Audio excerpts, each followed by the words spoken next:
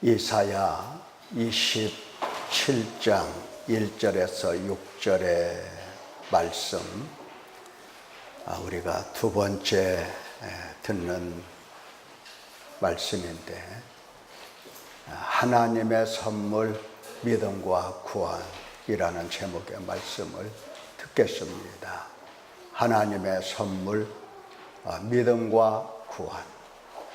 하나님께서 어렵게 주신 이 믿음, 이 구원, 귀중한 선물을 나는 지금까지 어떻게 했는가 하는 것을 오늘 생각해 보면서 아버지 앞에 탄식하면 좋겠습니다.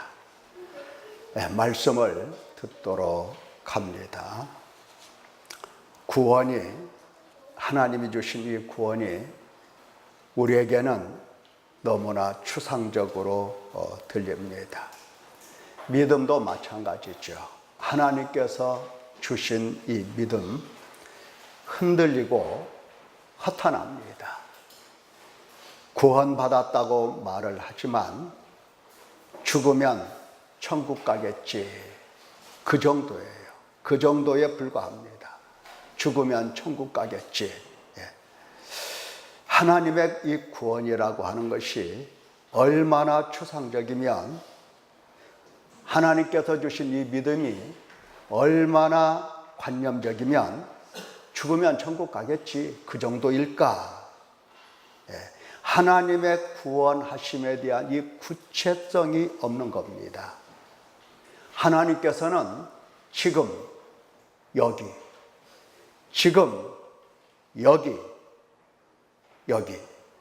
우리의 삶의 현장에 찾아오셔서, 우리의 삶 속에 들어오셔서 사단을 결박하시고 하나님의 인자하심과 용납하심과 길이 참으심 속에서 우리에게 회개함을 주시고 일일이 죄가 무엇인가 가르쳐 주시면서, 회개함을 주시면서, 죄사함을 주시면서 날마다 우리를 먹이시고 입히시고 양육을 하시는데, 어떻게 구원이 현실이 아닌 비현실이고 믿음이 실제가 아니고 관념인가 하는 것을 생각해 볼 때 마음이 아픈 겁니다.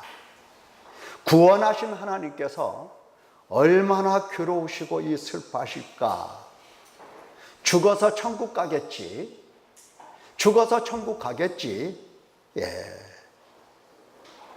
도대체 이게 무슨 말이냐 이 말이에요.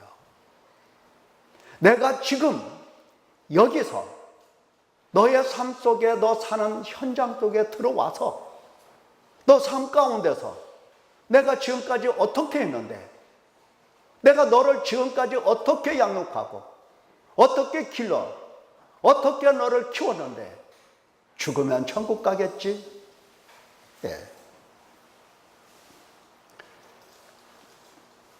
날마다 양육하시는 하나님의 선하신 일은 도대체 무엇이며, 사단을 멸하시고 결박하시는 일은 무엇인가? 지극히 높으시고 전지전능하신 여호와 하나님께서 능력과 권세와 주권과 위엄으로서 구원하신 그 큰 구원이 이렇게도 추상적일까? 왜 이렇게도 작고 하찮은 일로 변해버렸을까? 그것은 첫째, 하나님의 말씀이 들리지 않기 때문입니다. 하나님께서는 이 믿음과 구원에 관한 그 당신의 일을 행하시면서 항상 하나님은 말씀으로 그 과정들을 일일이 다 설명을 하십니다. 하나님께서 행하시는 일들을 우리 사람이 뭘로 바라보고 뭘로 깨달을 수가 있겠습니까? 그래서 하나님께서는 이 일련의 모든 과정들을 정말 하나하나 세세하게 자세하게 설명을 하십니다. 이것이 바로 하나님의 말씀입니다. 그러니까 하나님께서 우리에게 믿음을 갖도록 구원을 선물로 주실 때에 항상 말씀으로 우리에게 깨우쳐 주시는데, 그 깨우쳐 주시는 하나님의 말씀이 들리지가 않는 겁니다. 많은 사람들이 교회 하나님 말씀 들으러 가지 하고 옵니다.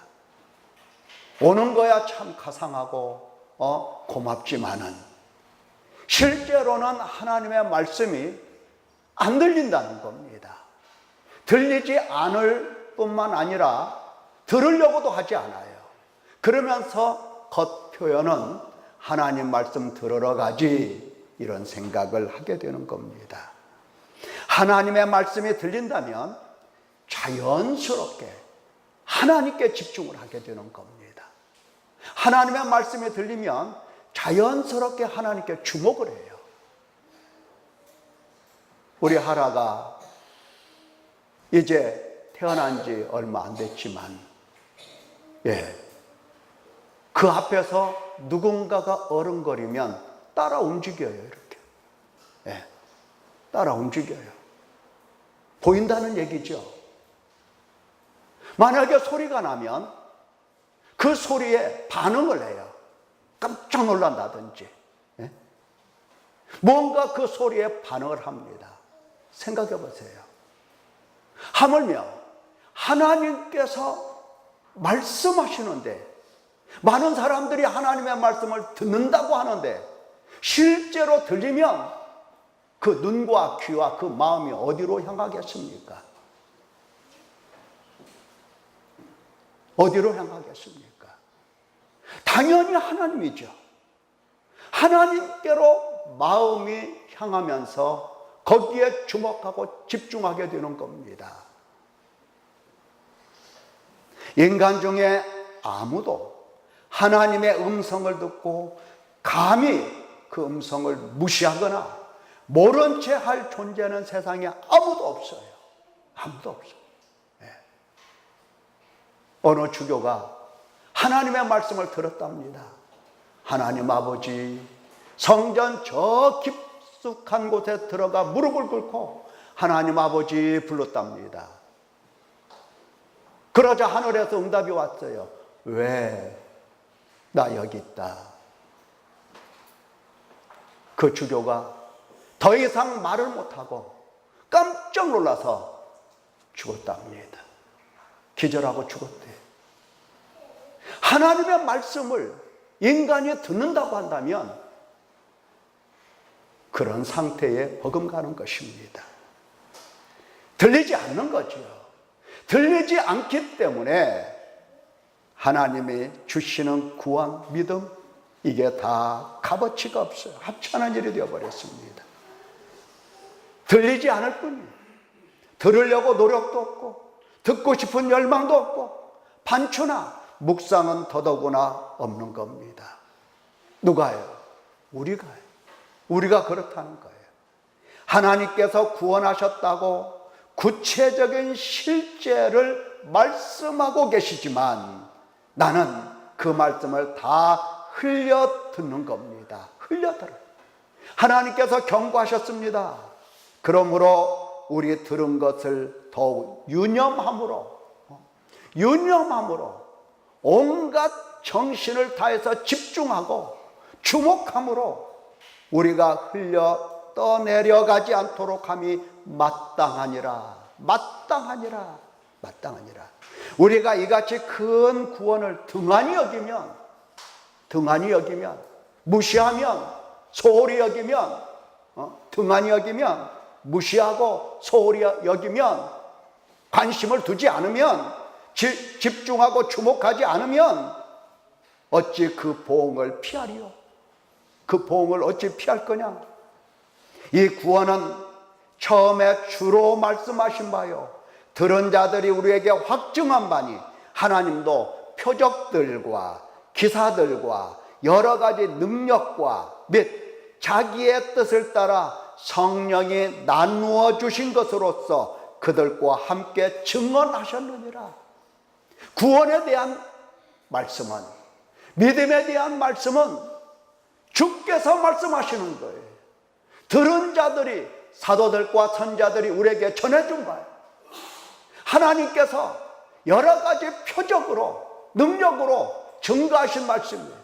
또한 성령께서 나누어 주신 그 은사를 통해서 수많은 사람들을 세워서 이 사람들로 하여금 증언하게 하신 거예요. 하나님은 당신께서 행하신 일들을 일일이 모든 사람이 다 듣고 깨닫도록 증거하시는 겁니다. 모를 수가 없어요. 들리면, 말씀이 들리면 믿지 않을 수가 없어요. 모를 수가 없는 거예요.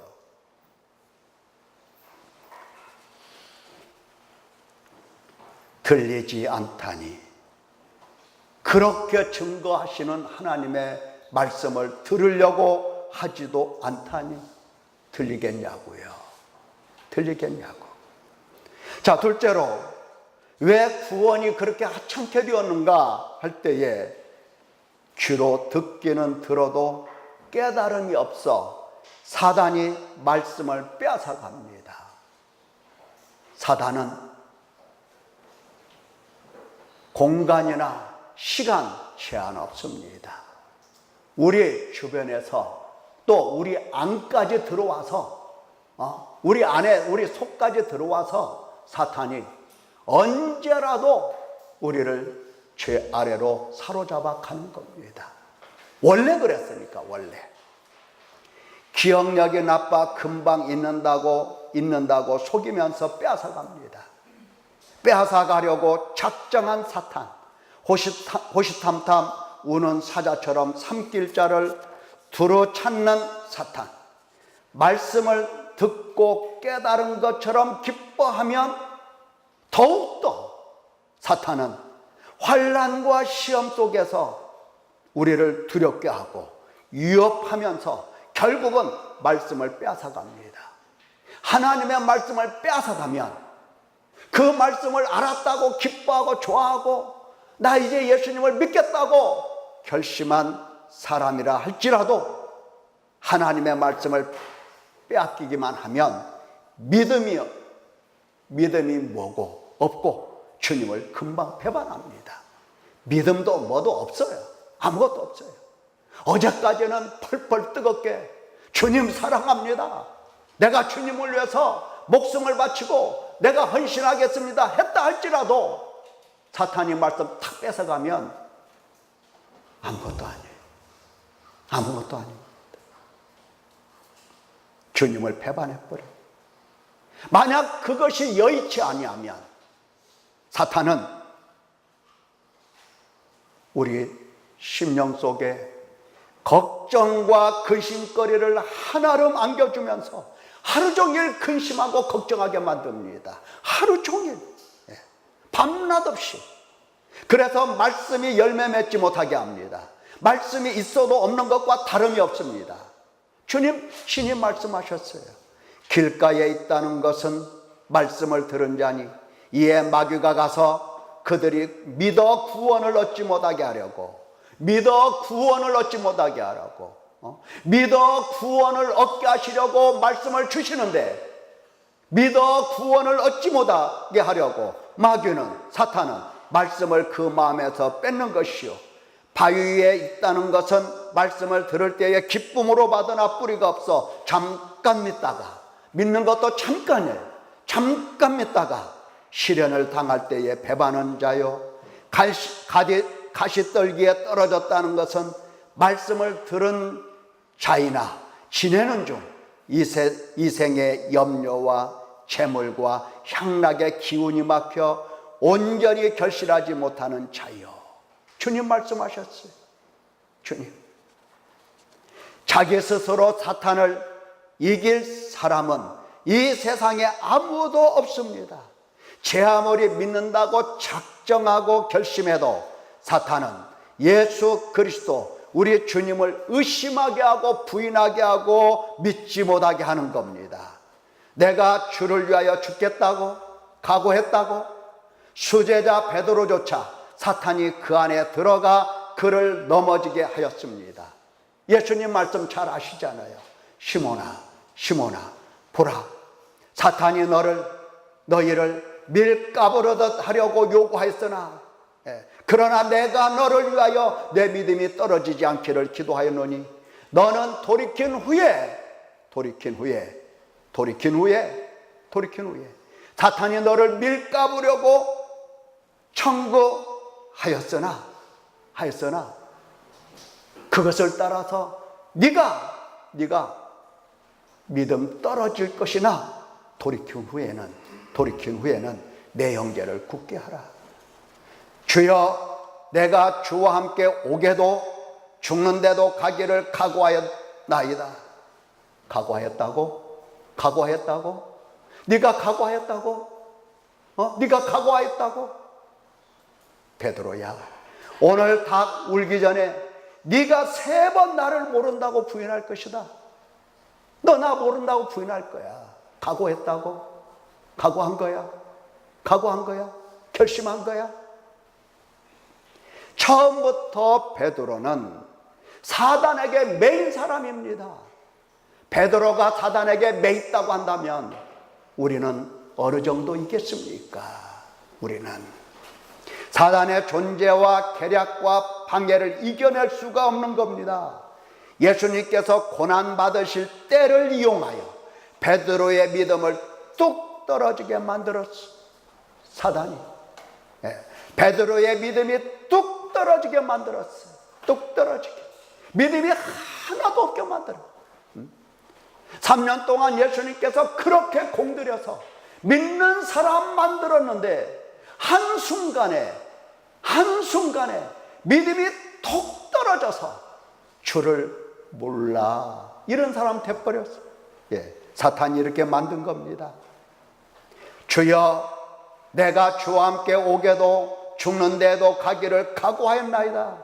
수백 번 수천 번 각오했다 하더라도 각오한 것이지 사탄의 유혹 앞에서는 모래성에 불과한 겁니다. 모래성이에요. 예수님께서 용납하심으로 회개함을 주셨기에 망정이지, 그렇지 않다고 한다면 베드로는 영원토록 믿음 뚝 떨어진 상태로 살았을 것입니다. 주님께서 돌이킬 수 있는 기회를 주시고 돌이킬 수 있는 은혜를 주시고, 그래서 그는 탄식하며 애통하며 울며 통곡하며 슬퍼하며 자신의 죄와 불신과 배반을 회개했습니다. 주는 그리스도시요 살아계신 하나님의 아들이신 예수님을 내가 부인하다니, 어찌하여 주 예수 그리스도께서 주신 이 영생, 생명, 구원, 이 천국을 등한히 여겼던가. 한때 영생의 말씀이 주께 있사오니 우리가 누게로 가오리까 했는데, 주께서 고난 받으시는 그때, 그 틈에, 그 순간에 생명의 주님을 모른다고 부인하고 배반하다니 사탄의 계략에 넘어갔도다. 과연 사탄이 나를 밀가부르듯 하려고 요구했었구나. 그는 울고 또 울고 통곡했던 겁니다. 범죄한 인간이 통곡 말고 무엇을 할 수 있을까? 죄인을 불쌍히 여기시는 예수님, 죄사함을 주시는 것, 믿음을 주시는 것, 오직 하나님이 이것을 행하신다는 것, 비로소 깨달은 겁니다.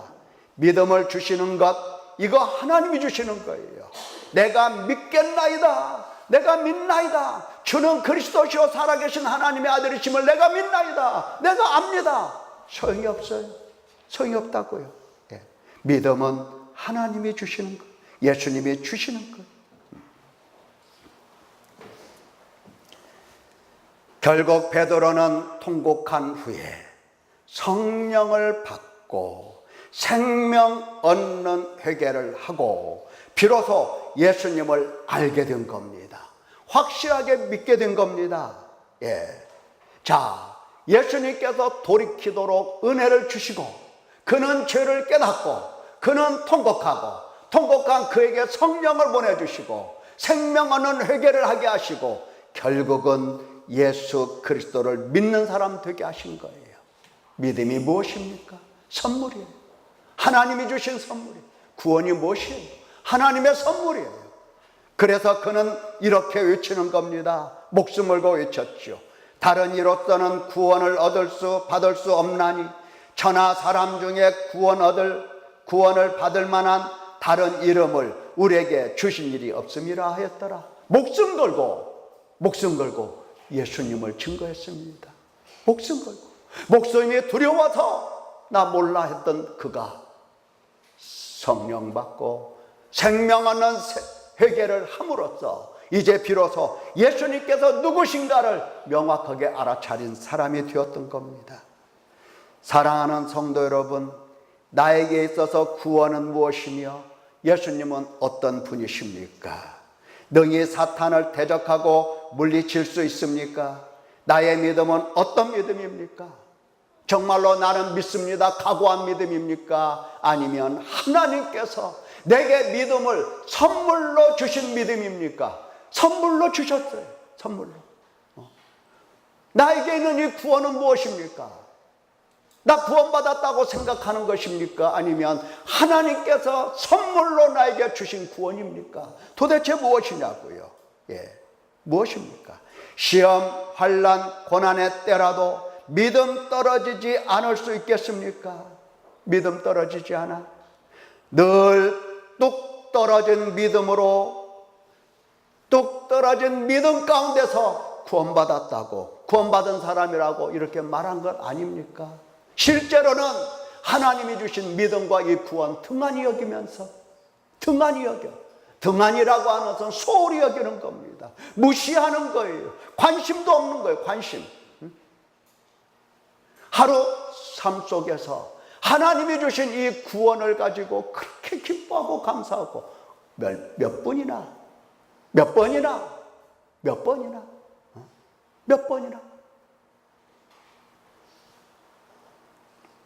깊은 고민이 있어야 합니다.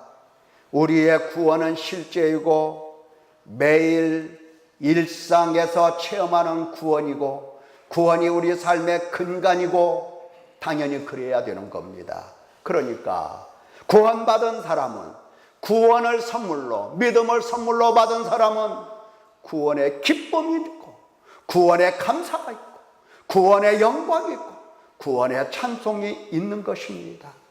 각 나라와 족속과 백성과 방언에서 아무도 등이 셀 수 없는 큰 무리가 나와 흰옷을 입고 손에 종려 나무가지를 들고 보좌 앞과 어린 양 앞에 서서 큰 소리로 외쳐 이르되 구원하심이 보좌에 앉으신 우리 하나님과 어린 양에게 있도다.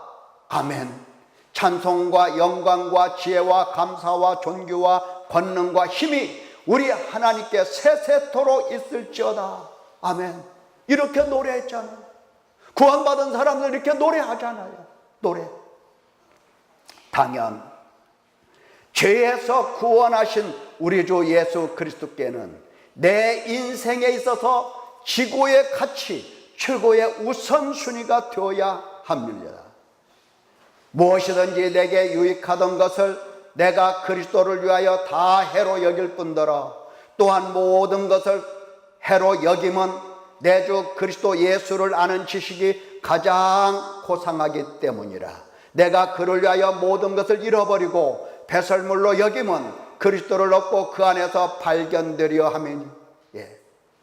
그가 주신 믿음과 그가 주신 구원을 선물로 바꿔보니 예수님이야말로 최고의 가치가 되는 겁니다. 우선순위가 되는 거예요. 우리 삶 속에서 우선순위가 돼요.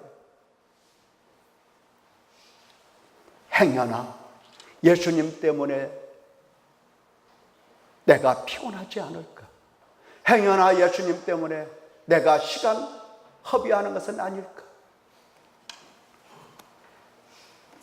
무슨 소리를 하고 있는지 모르겠어요.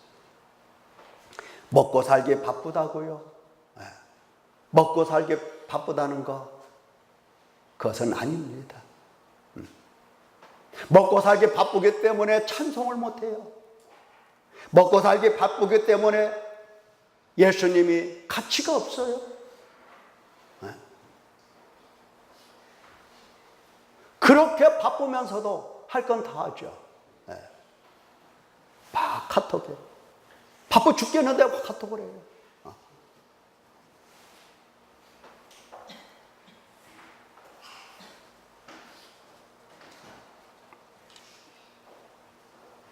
예수님을 무시하는 거예요.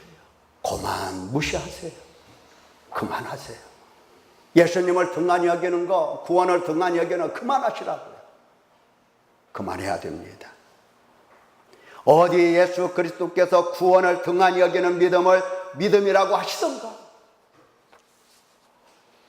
나를 구원하신 예수님께서 어디 계신가? 우리의 믿음 이제 정화되어야 됩니다. 정화되어야 돼요.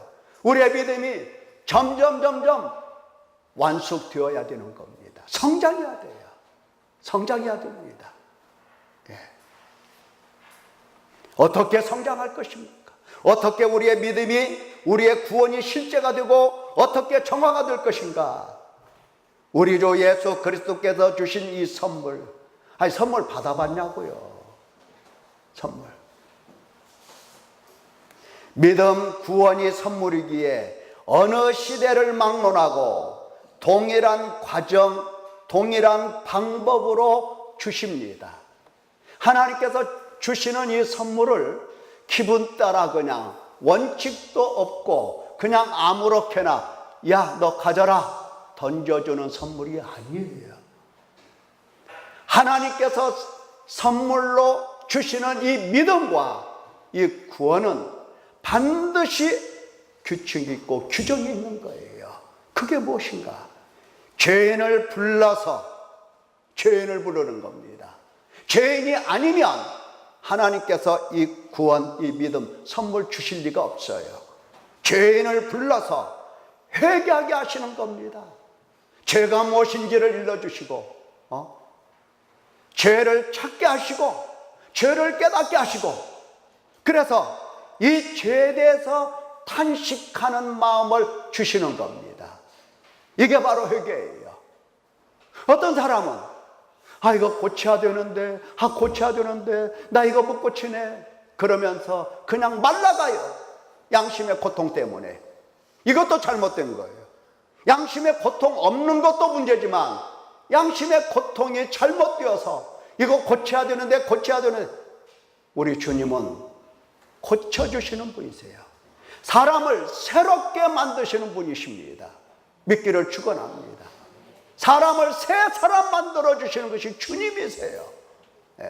그러므로 우리는 회개한다고 할 때에 고치는 것이 회개이지만 우리가 하는 회개는 우리 스스로 완벽하게 고치는 게 아니고 우리는 죄를 알고 그 죄를 놓고 탄식하는 것, 애통하는 것, 슬퍼하는 것, 주님 앞에서 주님의 손이 우리를 불쌍히 여겨주시고 죄사함을 주시고 우리를 고쳐주시고 우리에게 힘과 능력을 주셔서 이제 비로소 회개의 열매를 맺게 하시는 겁니다. 이것이 바로 구원이고 이것이 바로 주님께서 오늘날 우리에게 믿게 하시는 일입니다. 인간 타락 후 지금까지 하나님은 내내 이 방법을 사용하시는 겁니다. 이 방법을 사용하세요.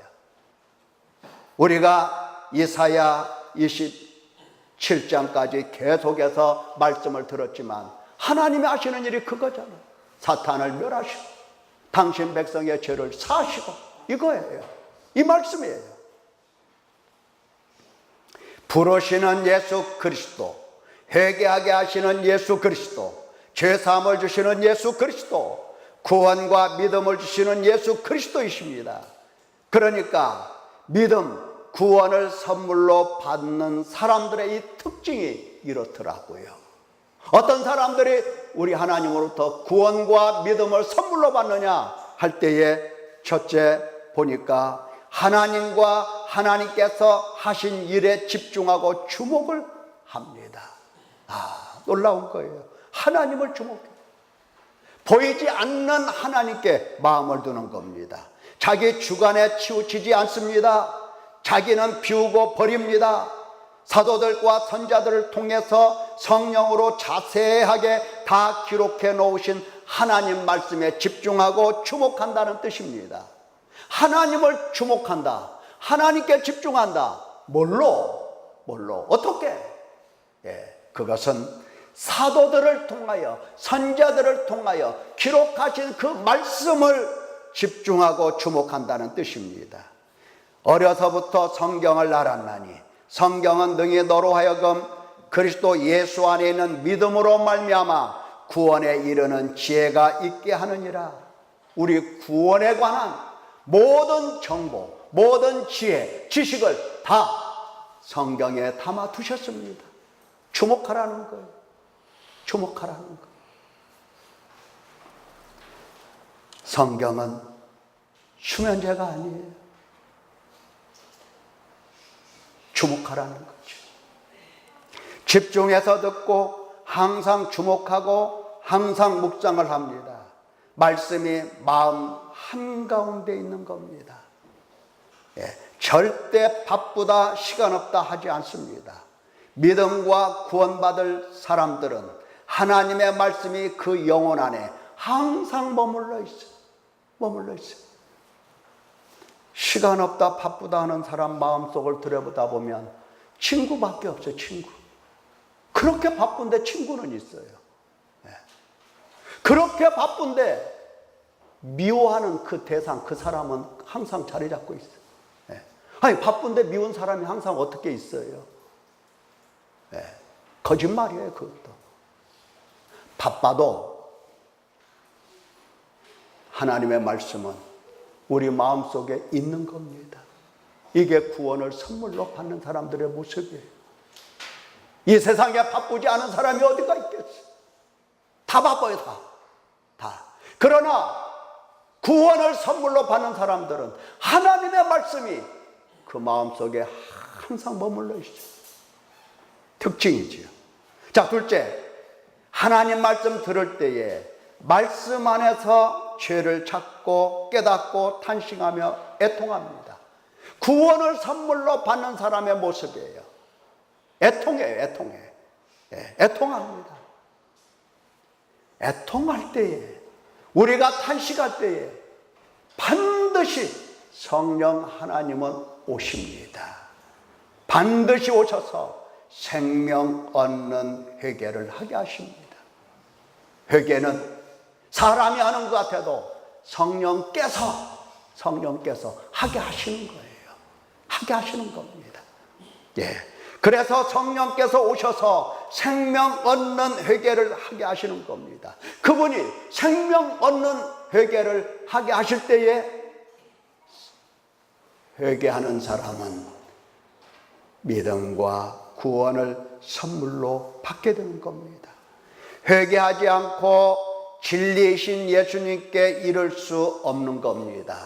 회개 없이 구원받았다, 회개 없이도 믿음이 있다, 거짓말입니다. 거역하는 자를 온유함으로 훈계할지니 혹 하나님이 그들에게 회개함을 주사 진리를 알게 하실까 하며 그들로 깨어 마귀의 올무에서 벗어나 하나님께 사로잡힌 바 되어 그 뜻을 따르게 하실까 함이라. 거역하는 자들을 온유함으로 훈계할지니 하나님이 그들에게 회개함을 주사 두 가지, 진리를 알게, 또 마귀의 올무에서 벗어나게, 그렇게 하신다는 겁니다. 완전히 구원이에요. 그게 구원입니다. 구원은 사탄에게 매여 있는 자를 하나님께로 돌아오게 하시고 죄사함을 주시고 거룩하게 하시는 것이 구원인 겁니다. 매일 일상의 삶 속에서 우리는 내가 하나님께 거역하는 사람이라고 생각을 잘 안 해요. 그러면 안 됩니다. 우리는 어떠한 사람입니까? 이사야 선자의 말씀 그대로 우리는 범죄한 나라입니다. 허물진 백성입니다. 행악의 종자입니다. 행위 부패한 자식입니다. 이런 사람. 그렇기 때문에 하나님께서 우리에게 말씀을 항상 선포해 주시고 가르쳐 주시는 겁니다. 그 말씀 듣고 회개하라고. 그래서 진리를 깨달으라고. 그래서 사탄의 권세에서 하나님께 돌아오라고, 하나님이 주시는 구원의 선물 받으라고 그렇게 하시는 겁니다. 거역하는 사람이에요. 이사야 선지자는 자기의 문화 속에서 자기 백성들에게 범죄한 나라, 허물진 백성, 행악의 종자, 행위가 부패한 자식이라고 이렇게 표현을 했습니다만은, 이것을 한국적으로 표현하면 새끼입니다. 믿음이 개떡 같은 그런 존재예요. 이런 존재가 무엇으로 구원의 선물을 받겠냐고요. 회개밖에 없습니다.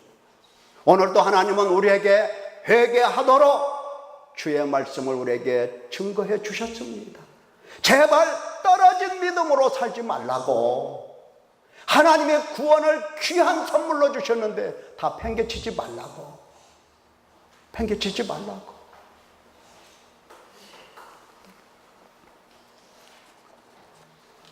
죄 없다, 거역하면서 죄 없다, 죄 없다 이렇게 살 것입니까?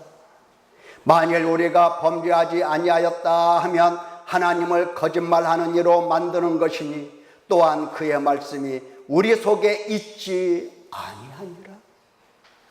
말씀이 우리 속에 있지 아니하니라. 내가 죄진 줄 몰라. 말씀이 내 속에, 우리 속에 있지 아니하니라. 기도하겠습니다. 은혜가 풍성하신 하나님, 오늘도 불쌍히 여기시고 믿음과 구원을 선물로 주시려고 내내 회개하라는 말씀을, 그 의도를 우리에게 일러주셨습니다. 참으로 죄를 보며 탄식하며 애통하며 통곡할 수 있는 우리 되게 도와주시고, 그로 인하여 오시는 성령을 경험하고 생명 얻는 회개를 통하여 하나님께서 믿음을 주셨구나, 구원 얻는 이 은총을 내게 선물로 주셨구나 하는 것들을 깨달을 수 있도록 복을 내려 주시옵소서. 감사드려오며 예수님께 하신 이름으로 기도드려옵나이다. 아멘. 찬송가 260